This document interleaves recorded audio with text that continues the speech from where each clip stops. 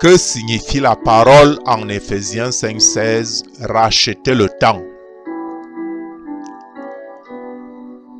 La prière nous amène en esprit devant la sainte et guérissante présence de Dieu. Par conséquent, la prière est spirituellement, corporellement et émotionnellement curative. Laissons-nous par ce moyen simple remettre nos horloges spirituelles et naturelles pas à pas à l'heure, en toute détente, dans la sainte et guérissante présence de Dieu.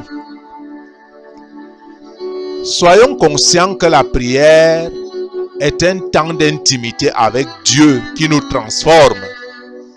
Oui, par la prière intime, Dieu nous transforme. Dieu transforme nos vies et celles de ceux pour qui nous prions. Elle transforme nos vies progressivement, graduellement et même instantanément.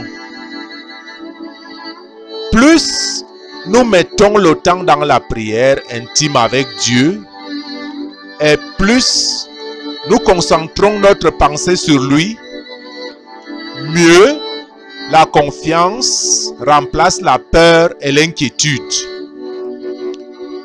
L'Esprit de Dieu qui est enfoui en toi est comparable à une balançoire qu'on aide à sortir des encombres profondes de nos préoccupations et autres préférences de l'existence.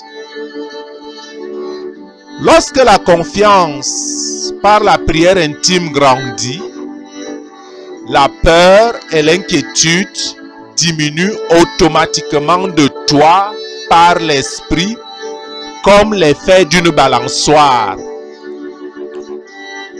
Le temps passé dans une prière intime n'augmente pas seulement la confiance en Dieu, mais ce temps t'aide aussi à discerner ce qui est important et ce qui ne l'est pas. Les forces, les énergies et le temps que nous dépensons en prière sont précieux. Plus précieux que l'or qui est une ressource limitée. Raison d'utiliser notre temps et nos forces avec sagesse, puisqu'ils sont limités dans notre dimension actuelle. Il s'agit donc de prendre conscience de la nécessité de nous concentrer sur ce qui est vraiment important. La prière intime nous aide déjà dans ce sens. Apprenons à marcher devant Dieu par la lecture des Saintes Écritures qui nous donnent le code de conduite à suivre au lieu de nous fier aux philosophies humaines que les hommes se sont élaborées au fil des temps et qui sont pour leur propre perdition. Prions Dieu de nous aider comment employer son temps et ses énergies.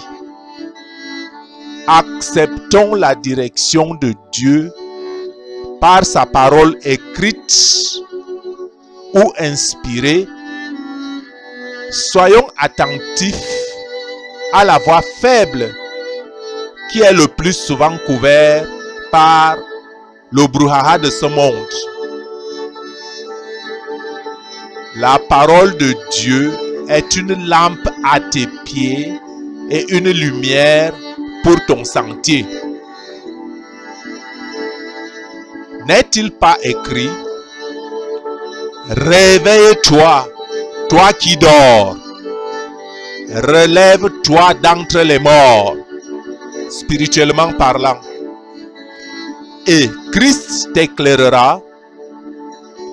Prenez donc garde de vous conduire avec circonspection, non comme des insensés, mais comme des sages. Rachetez le temps. Rachetez le temps. Car les jours sont mauvais.